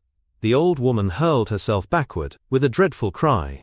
Young Sim had been perched gracefully on a railing. At sight of the monster he simply fell over it to the ground. He made no sound, his eyes stuck out, his nerveless hands tried to grapple the rail to prevent a tumble, and then he vanished. Bella, blubbering, and with her hair suddenly and mysteriously disheveled, was crawling on her hands and knees fearsomely up the steps. Standing before this wreck of a family gathering, the monster continued to bow. It even raised a deprecatory claw. "Don't make no botheration about me, Miss Fort," it said politely. "No indeed, I just drop in to ask if you're well this evening, Miss Fort. Don't make no botheration." "No indeed, I'm going to ask you to go to dance with me, Miss Fort. I ask you if I can have the magnificent gratitude of your company on that occasion, Miss Fort." The girl cast a miserable glance behind her. She was still crawling away. On the ground beside the porch, young Sim raised a strange bleat, which expressed both his fright and his lack of wind. Presently the monster, with a fashionable amble, ascended the steps after the girl. She groveled in a corner of the room as the creature took a chair. It seated itself very elegantly on the edge. It held an old cap in both hands. "Don, make no botheration, Miss Fort. Don, make no botheration. No, indeed. I just drop in to ask you if you won't do me the proud of accepting my humble invitation to the dance, Miss Fort." She shielded her eyes with her arms and tried to crawl past it, but the genial monster blocked the way. "I just drop in to ask you about the dance, Miss Fort. I ask you if I can have the magnificent gratitude of your company on that occasion, Miss Fort." In a last outbreak of despair, the girl, shuddering and wailing, threw herself face downward on the floor, while the monster sat on the edge of the chair gabbling courteous invitations and holding the old hat daintily to his stomach. At the back of the house, Mrs. Farragut, who was of enormous weight, and who for 8 years had done little more than sit in an armchair and describe her various ailments, had with speed and agility scaled a high board fence. Part 18. The black mass in the middle of Trescott's property was hardly allowed to cool before the builders were at work on another house. It had sprung upward at a fabulous rate. It was like a magical composition born of the ashes. The doctor's office was the first part to be completed, and he had already moved in his new books and instruments and medicines. Trescott sat before his desk when the chief of police arrived. "Well, we found him," said the latter. "Did you?" cried the doctor. "Where?" "Shambling around the streets at daylight this morning. I'll be blamed if I can figure on where he passed the night." "Where is he now?" "Oh, we jugged him. I didn't know what else to do with him. That's what I want you to tell me. Of course we can't keep him. No charge could be made, you know." "I'll come down and get him." The official grinned retrospectively. "Must say he had a fine career while he was out. First thing he did was to break up a children's party at Page's. Then he went to Watermelon Alley. Woo! He stampeded the whole outfit, men, women and children, running pell-mell and yelling. They say one old woman broke her leg or something, shinning over a fence. Then he went right out on the main street, and an Irish girl threw a fit, and there was a sort of a riot. He began to run, and a big crowd chased him, firing rocks, but he gave them the slip somehow down there by the foundry and in the railroad yard. We looked for him all night, but couldn't find him." "Was he hurt any? Did anybody hit him with a stone?" "Guess there isn't much of him to hurt anymore, is there? Guess he's been hurt up to the limit." "No, they never touched him. Of course nobody really wanted to hit him, but you know how a crowd gets. It's like... "Yes, I know." For a moment the chief of the police looked reflectively at the floor. Then he spoke hesitatingly. "You know Jake Winter's little girl was the one that he scared at the party. She is pretty sick, they say." "Is she? Why, they didn't call me. I always attend the Winter family." "No, didn't they?" asked the chief slowly. "Well, you know, Winter has gone clean crazy over this business. He wanted to have you arrested." "Have me arrested? The idiot! What in the name of wonder could he have me arrested for?" "Of course. He is a fool. I told him to keep his trap shut. But then you know how he'll go all over town yapping about the thing. I thought I'd better tip you." "Oh, he is of no consequence, but then of course I'm obliged to you, Sam." "That's all right. Well, you'll be down tonight and take him out, eh? You'll get a good welcome from the jailer. He don't like his job for a cent. He says you can have your man whenever you want him. He's got no use for him. But what is this business of Winter's about having me arrested?" "Oh, it's a lot of chin about your having no right to allow this man to be at large, but I told him to tend to his own business. Only I thought I'd better let you know, and I might as well say right now, Doctor, that there is a good deal of talk about this thing. If I were you, I'd come to the jail pretty late at night, because there is likely to be a crowd around the door, and I'd bring a mask or some kind of a veil anyhow." Part 19. Martha Goodwin was single, and well along into the thin years. She lived with her married sister in Wylombville. She performed nearly all the housework in exchange for the privilege of existence. Everyone tacitly recognized her labor as a form of penance for the early end of her betrothed, who had died of smallpox, which he had not caught from her. But despite the strenuous and unceasing workaday of her life, she was a woman of great mind. She had adamantine opinions upon the situation in Armenia, the condition of women in China, the flirtation between Mrs. Minster of Niagara Avenue and young Griscom, the conflict in the Bible class of the Baptist Sunday School, the duty of the United States toward the Cuban insurgents, and many other colossal matters. Her fullest experience of violence was gained on an occasion when she had seen a hound clubbed, but in the plan which she had made for the reform of the world, she advocated drastic measures. For instance, she contended that all the Turks should be pushed into the sea and drowned, and that Mrs. Minster and young Griscom should be hanged side by side on twin gallows. In fact, this woman of peace, who had seen only peace, argued constantly for a creed of illimitable ferocity. She was invulnerable on these questions, because eventually she overrode all opponents with a sniff. This sniff was an active force. It was to her antagonists like a bang over the head, and none was known to recover from this expression of exalted contempt. It left them windless and conquered. They never again came forward as candidates for suppression, and Martha walked her kitchen with a stern brow, an invincible being like Napoleon. Nevertheless, her acquaintances from the pain of their defeats had been long in secret revolt. It was in no wise a conspiracy, because they did not care to state their open rebellion. But nevertheless it was understood that any woman who could not coincide with one of Martha's contentions was entitled to the support of others in the small circle. It amounted to an arrangement by which all were required to disbelieve any theory for which Martha fought. This, however, did not prevent them from speaking of her mind with profound respect. Two people bore the brunt of her ability. Her sister Kate was visibly afraid of her, while Carrie Dungeon sailed across from her kitchen to sit respectfully at Martha's feet and learn the business of the world. To be sure, afterwards, under another sun, she always laughed at Martha and pretended to deride her ideas, but in the presence of the sovereign she always remained silent or admiring. Kate, the sister, was of no consequence at all. Her principal delusion was that she did all the work in the upstairs rooms of the house, while Martha did it downstairs. The truth was seen only by the husband, who treated Martha with a kindness that was half banter, half deference. Martha herself had no suspicion that she was the only pillar of the domestic edifice. The situation was without definitions. Martha made definitions, but she devoted them entirely to the Armenians and Griscom and the Chinese and other subjects. Her dreams, which in early days had been of love, of meadows and the shade of trees, of the face of a man, were now involved otherwise, and they were companioned in the kitchen curiously: Cuba, the hot water kettle, Armenia, the washing of the dishes, and the whole thing being jumbled. In regard to social misdemeanors, she, who was simply the mausoleum of a dead passion, was probably the most savage critic in town. This unknown woman, hidden in a kitchen as in a well, was sure to have a considerable effect of the one kind or the other in the life of the town. Every time it moved a yard, she had personally contributed an inch. She could hammer so stoutly upon the door of a proposition that it would break from its hinges and fall upon her. But at any rate, it moved. She was an engine, and the fact that she did not know that she was an engine contributed largely to the effect. One reason that she was formidable was that she did not even imagine that she was formidable.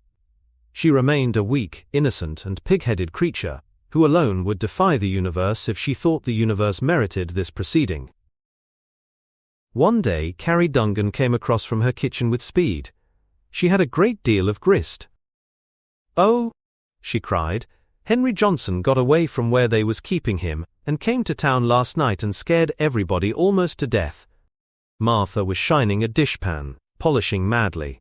No reasonable person could see cause for this operation, because the pan already glistened like silver. "Well," she ejaculated, she imparted to the word a deep meaning. "This, my prophecy, has come to pass." It was a habit. The overplus of information was choking Carrie. Before she could go on, she was obliged to struggle for a moment. "And, oh, little Sadie Winter is awful sick, and they say Jake Winter was around this morning trying to get Dr. Trescott arrested. And poor old Mrs. Farragut sprained her ankle in trying to climb a fence.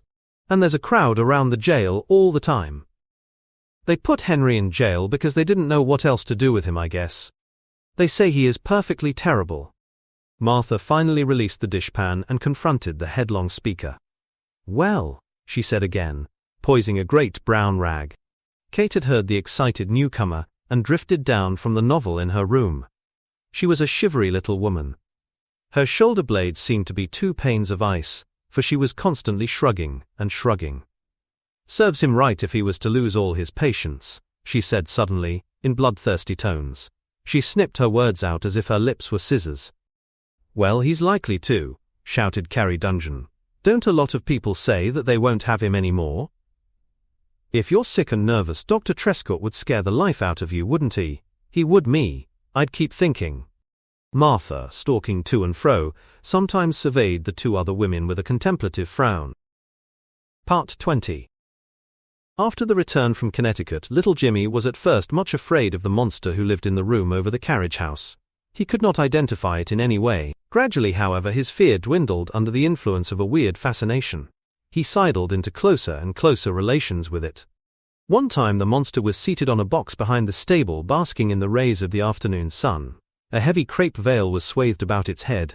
Little Jimmy and many companions came around the corner of the stable. They were all in what was popularly known as the baby class, and consequently escaped from school a half hour before the other children. They halted abruptly at sight of the figure on the box. Jimmy waved his hand with the air of a proprietor. "There he is," he said. "Oh, ooh," murmured all the little boys. "Ooh!" They shrank back and grouped according to courage or experience, as at the sound, the monster slowly turned its head. Jimmy had remained in the van alone. "Don't be afraid, I won't let him hurt you," he said, delighted. "Huh," they replied contemptuously. "We ain't afraid."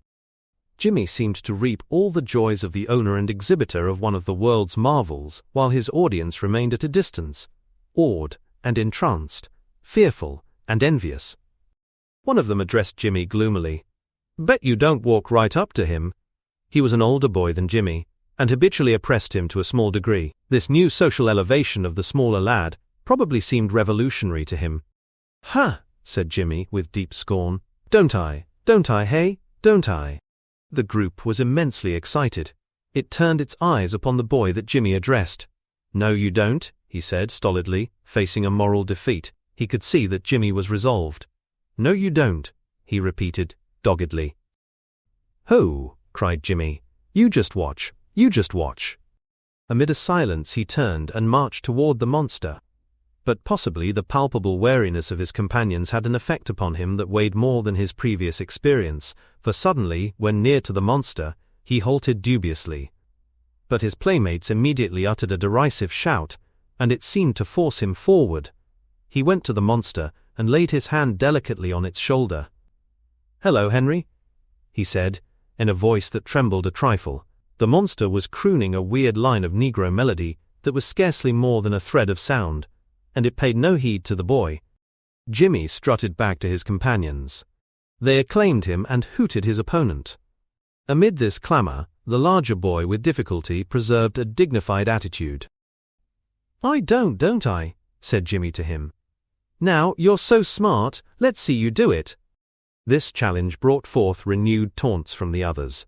The larger boy puffed out his cheeks. "Well, I ain't afraid," he explained, sullenly. He had made a mistake in diplomacy, and now his small enemies were tumbling his prestige all about his ears. They crowed like roosters and bleated like lambs, and made many other noises which were supposed to bury him in ridicule and dishonor. "Well, I ain't afraid," he continued to explain through the din. Jimmy, the hero of the mob, was pitiless. "You ain't afraid, hey?" he sneered. "If you ain't afraid, go do it then." "Well, I would if I wanted to," the other retorted. His eyes wore an expression of profound misery, but he preserved steadily other portions of a pot-valiant air. He suddenly faced one of his persecutors. "If you're so smart, why don't you go do it?" This persecutor sank promptly through the group to the rear. The incident gave the badgered one a breathing spell, and for a moment even turned the derision in another direction. He took advantage of his interval. "I'll do it if anybody else will," he announced, swaggering to and fro. Candidates for the adventure did not come forward. To defend themselves from this countercharge, the other boys again set up their crowing and bleating. For a while they would hear nothing from him. Each time he opened his lips, their chorus of noises made oratory impossible. But at last he was able to repeat that he would volunteer to dare as much in the affair as any other boy. "Well, you go first," they shouted. But Jimmy intervened to once more lead the populace against the large boy. "You're mighty brave, ain't you?" he said to him. "You dared me to do it, and I did, didn't I? Now who's afraid?" The others cheered this view loudly, and they instantly resumed the baiting of the large boy. He shamefacedly scratched his left shin with his right foot. "Well, I ain't afraid," he cast an eye at the monster. "Well, I ain't afraid," With a glare of hatred at his squalling tormentors, he finally announced a grim intention. "Well, I'll do it then, since you're so fresh. Now!" The mob subsided, as with a formidable countenance he turned toward the impassive figure on the box. The advance was also a regular progression, from high daring to craven hesitation. At last, when some yards from the monster the lad came to a full halt, as if he had encountered a stone wall, the observant little boys in the distance promptly hooted. Stung again by these cries, the lad sneaked 2 yards forward. He was crouched like a young cat, ready for a backward spring. The crowd at the rear, beginning to respect this display, uttered some encouraging cries.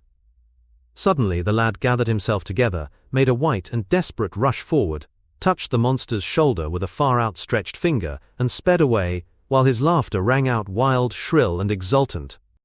The crowd of boys reverenced him at once, and began to throng into his camp, and look at him, and be his admirers.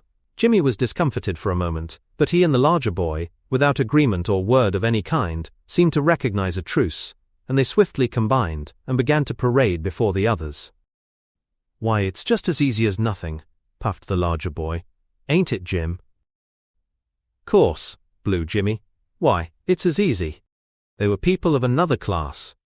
If they had been decorated for courage on 12 battlefields, they could not have made the other boys more ashamed of the situation. Meanwhile, they condescended to explain the emotions of the excursion, expressing unqualified contempt for anyone who could hang back. "Why, it ain't nothing. He won't do nothing to you," they told the others, in tones of exasperation. One of the very smallest boys in the party showed signs of a wistful desire to distinguish himself, and they turned their attention to him, pushing at his shoulders while he swung away from them, and hesitated dreamily. He was eventually induced to make furtive expedition, but it was only for a few yards. Then he paused, motionless, gazing with open mouth. The vociferous entreaties of Jimmy and the large boy had no power over him. Mrs. Hannigan had come out on her back porch with a pail of water. From this coign she had a view of the secluded portion of the Trescott grounds that was behind the stable. She perceived the group of boys and the monster on the box. She shaded her eyes with her hand to benefit her vision. She screeched then as if she was being murdered. "Eddie! Eddie! You come home this minute!" Her son querulously demanded. "Or what for? You come home this minute. Do you hear?" The other boys seemed to think this visitation upon one of their number required them to preserve for a time the hangdog air of a collection of culprits, and they remained in guilty silence until the little Hannigan, wrathfully protesting, was pushed through the door of his home. Mrs. Hannigan cast a piercing glance over the group, stared with a bitter face at the Trescott house, as if this new and handsome edifice was insulting her, and then followed her son. There was wavering in the party. An inroad by one mother always caused them to carefully sweep the horizon to see if there were more coming. "This is my yard," said Jimmy proudly. "We don't have to go home." The monster on the box had turned its black crepe countenance toward the sky, and was waving its arms in time to a religious chant.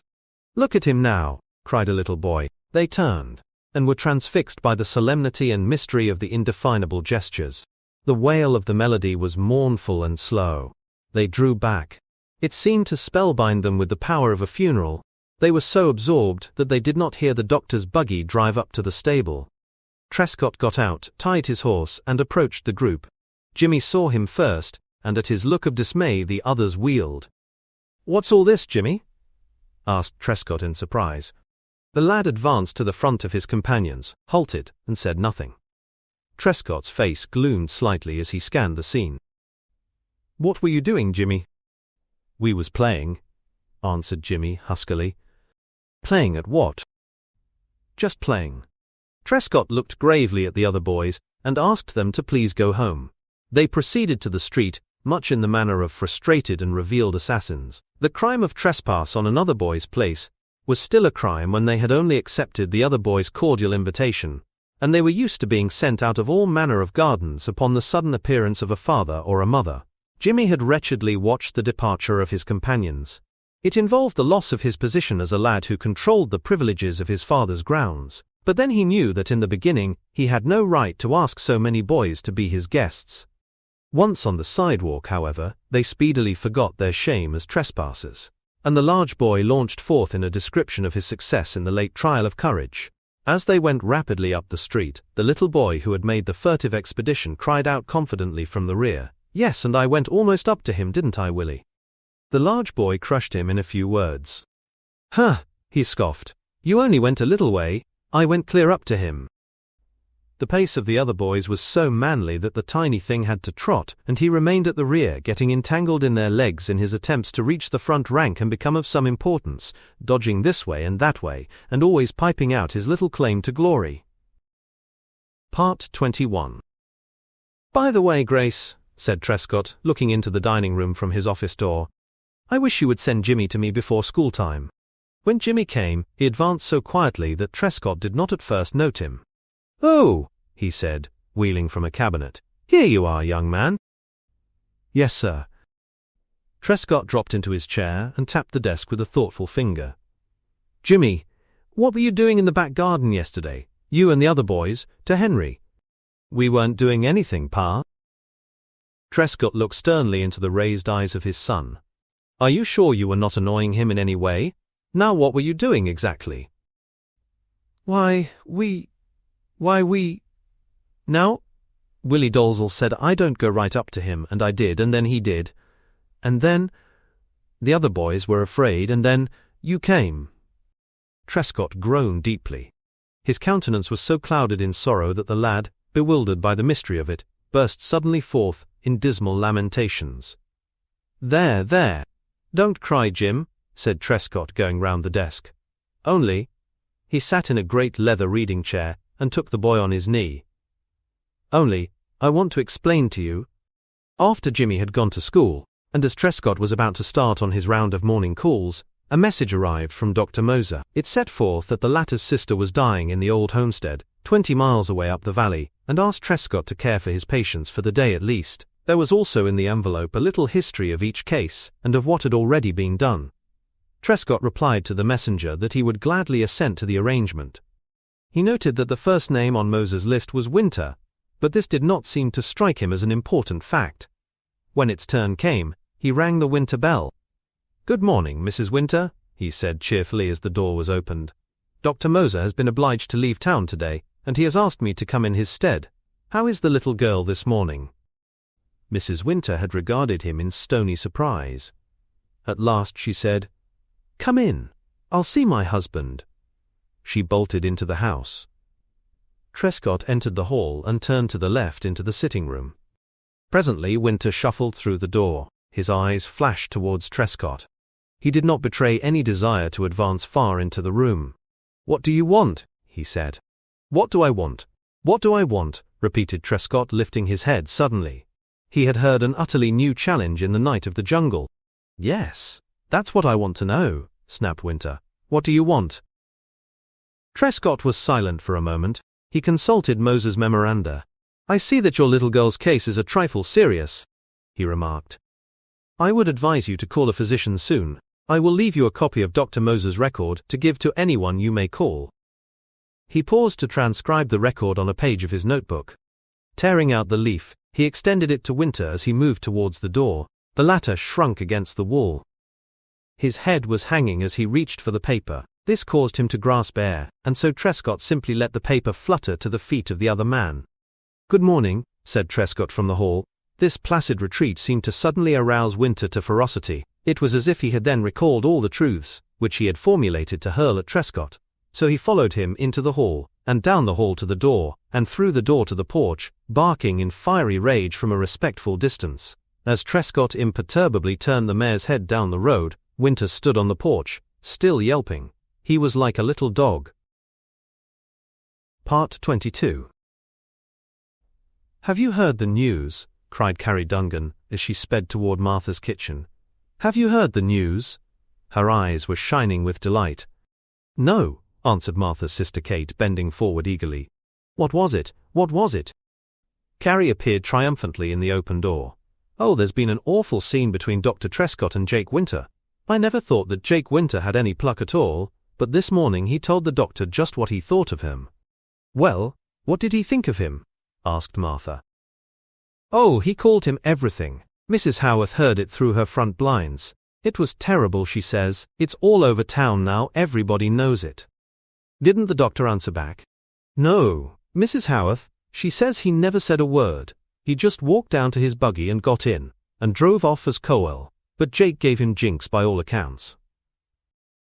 But what did he say? Cried Kate, shrill and excited. She was evidently at some kind of a feast. Oh, he told him that Sadie had never been well since that night. Henry Johnson frightened her at Theresa Page's party, and he held him responsible, and how dared he cross his threshold, and what? Said Martha.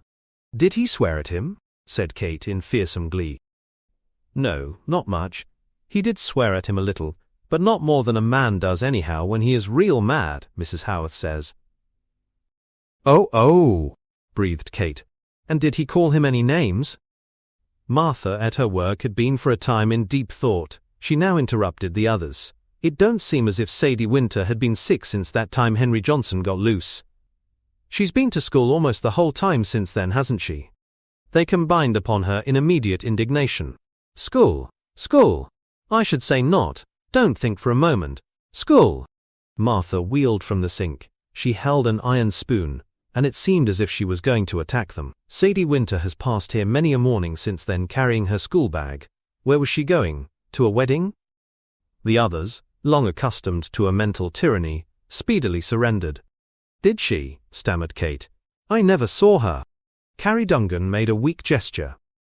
If I had been Dr. Trescott, exclaimed Martha loudly, I'd have knocked that miserable Jake Winter's head off. Kate and Carrie, exchanging glances, made an alliance in the air. I don't see why you say that, Martha, replied Carrie, with considerable boldness, gaining support and sympathy from Kate's smile. I don't see how anybody can be blamed for getting angry when their little girl gets almost scared to death and gets sick from it and all that.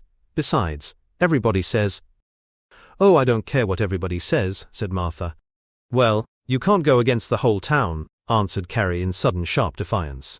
No, Martha, you can't go against the whole town, piped Kate, following her leader rapidly. The whole town, cried Martha. I'd like to know what you call the whole town. Do you call these silly people who are scared of Henry Johnson the whole town? Why, Martha, said Carrie in a reasoning tone, you talk as if you wouldn't be scared of him. No more would I, retorted Martha. Oh, Martha, how you talk, said Kate. Why, the idea. Everybody's afraid of him. Carrie was grinning. You've never seen him, have you? She asked seductively. No, admitted Martha. Well then, how do you know that you wouldn't be scared? Martha confronted her. Have you ever seen him? No? Well then, how do you know you would be scared? The Allied forces broke out in chorus. But Martha, everybody says so. Everybody says so. Everybody says what? Everybody that's seen him say they were frightened almost to death. 'Tisn't only women, but it's men too. It's awful. Martha wagged her head solemnly. I'd try not to be afraid of him. But supposing you could not help it, said Kate. Yes, and look here, cried Carrie. I'll tell you another thing. The Hannigans are going to move out of the house next door. On account of him? Demanded Martha. Carrie nodded. Mrs. Hannigan says so herself. Well, of all things, ejaculated Martha. Going to move, eh? You don't say so. Where they going to move to? Down on Orchard Avenue. Well, of all things. Nice house? I don't know about that. I haven't heard. But there's lots of nice houses on Orchard. Yes, but they're all taken, said Kate. There isn't a vacant house on Orchard Avenue. Oh, yes, there is, said Martha. The old Hampstead house is vacant. Oh, of course, said Kate. But then, I don't believe Mrs. Hannigan would like it there. I wonder where they can be going to move to. I'm sure I don't know, sighed Martha. It must be to some place we don't know about. Well, said Carrie Dungan, after a general reflective silence, it's easy enough to find out anyhow. Who knows around here? Asked Kate. Why, Mrs. Smith, and there she is in her garden, said Carrie, jumping to her feet. As she dashed out of the door, Kate and Martha crowded at the window. Carrie's voice rang out from near the steps. Mrs. Smith, do you know where the Hannigans are going to move to? Part 23. The autumn smote the leaves, and the trees of Wylamville were panoplied in crimson and yellow. The winds grew stronger. and in the melancholy purple of the nights the homeshine of a window became a finer thing. The little boys, watching the sere and sorrowful leaves, drifting down from the maples, dreamed of the near time when they could heap bushels in the streets and burn them during the abrupt evenings. 3 men walked down the Niagara Avenue. As they approached Judge Hagenthorpe's house, he came down his walk to meet them in the manner of one who has been waiting. "Are you ready, Judge?" one said. "All ready," he answered. The 4 then walked to Trescott's house. He received them in his office, where he had been reading. He seemed surprised at this visit of 4 very active and influential citizens, but he had nothing to say of it. After they were all seated, Trescott looked expectantly from one face to another. There was a little silence. It was broken by John 12, the wholesale grocer, who was worth $400,000 and reported to be worth over $1 million. "Well, Doctor," he said with a short laugh, "I suppose we might as well admit at once that we've come to interfere in something which is none of our business." "Why, what is it?" asked Trescott, again looking from one face to another. He seemed to appeal particularly to Judge Hagenthorpe, but the old man had his chin lowered musingly to his cane, and would not look at him. "It's about what nobody talks of much," said 12. "It's about Henry Johnson." Trescott squared himself in his chair. "Yes," he said. Having delivered himself of the title, 12 seemed to become more easy. "Yes," he answered blandly, "we wanted to talk to you about it." "Yes," said Trescott. 12 abruptly advanced on the main attack. "Now see here, Trescott, we like you, and we have come to talk right out about this business. It may be none of our affairs and all that, and as for me, I don't mind if you tell me so. But I am not going to keep quiet and see you ruin yourself, and that's how we all feel." "I am not ruining myself," answered Trescott. "No, maybe you are not exactly ruining yourself," said 12 slowly, "but you are doing yourself a great deal of harm. You have changed from being the leading doctor in town to about the last one. It is mainly because there are always a large number of people who are very thoughtless fools, of course, but then that doesn't change the condition." A man who had not heretofore spoken said solemnly, "It's the women." "Well, what I want to say is this," resumed 12. "Even if there are a lot of fools in the world, we can't see any reason why you should ruin yourself by opposing them. You can't teach them anything, you know." "I am not trying to teach them anything." Trescott smiled wearily. It is a matter of, well—" "And there are a good many of us that admire you for it immensely," interrupted 12. "But that isn't going to change the minds of all those ninnies." "It's the women," stated the advocate of this view again. "Well, what I want to say is this," said 12. "We want you to get out of this trouble and strike your old gait again. You are simply killing your practice through your infernal pig-headedness. Now this thing is out of the ordinary, but there must be ways to beat the game somehow, you see. So we've talked it over, about a dozen of us, and, as I say, if you want to tell us to mind our own business, why, go ahead, but we've talked it over, and we've come to the conclusion that the only way to do is to get Johnson a place somewhere off up the valley, and—" Trescott wearily gestured. "You don't know, my friend, everybody is so afraid of him they can't even give him good care. Nobody can attend to him as I do myself. But I have a little no-good farm up beyond Clarence Mountain that I was going to give to Henry," cried 12, aggrieved. "And if you threw your house burning down or anything, why all the boys were prepared to take him right off your hands and—" Trescott arose and went to the window. He turned his back upon them. They sat waiting in silence. When he returned he kept his face in the shadow. "No, John 12, he said. "It can't be done." There was another stillness. Suddenly a man stirred on his chair. "Well then, a public institution," he began. "No," said Trescott. "Public institutions are all very good, but he is not going to one." In the background of the group, old Judge Hagenthorpe was thoughtfully smoothing the polished ivory head of his cane. Part 24. Trescott loudly stamped the snow from his feet and shook the flakes from his shoulders. When he entered the house, he went at once to the dining room, and then to the sitting room. Jimmy was there, reading painfully in a large book concerning giraffes and tigers and crocodiles. "Where is your mother, Jimmy?" asked Trescott. "I don't know, Pa," answered the boy. "I think she is upstairs." Trescott went to the foot of the stairs and called, but there came no answer. Seeing that the door of the little drawing-room was open, he entered. The room was bathed in the half-light that came from the 4 dull panes of mica in the front of the great stove. As his eyes grew used to the shadows, he saw his wife curled in an armchair. He went to her. "Why, Grace," he said, "didn't you hear me calling you?"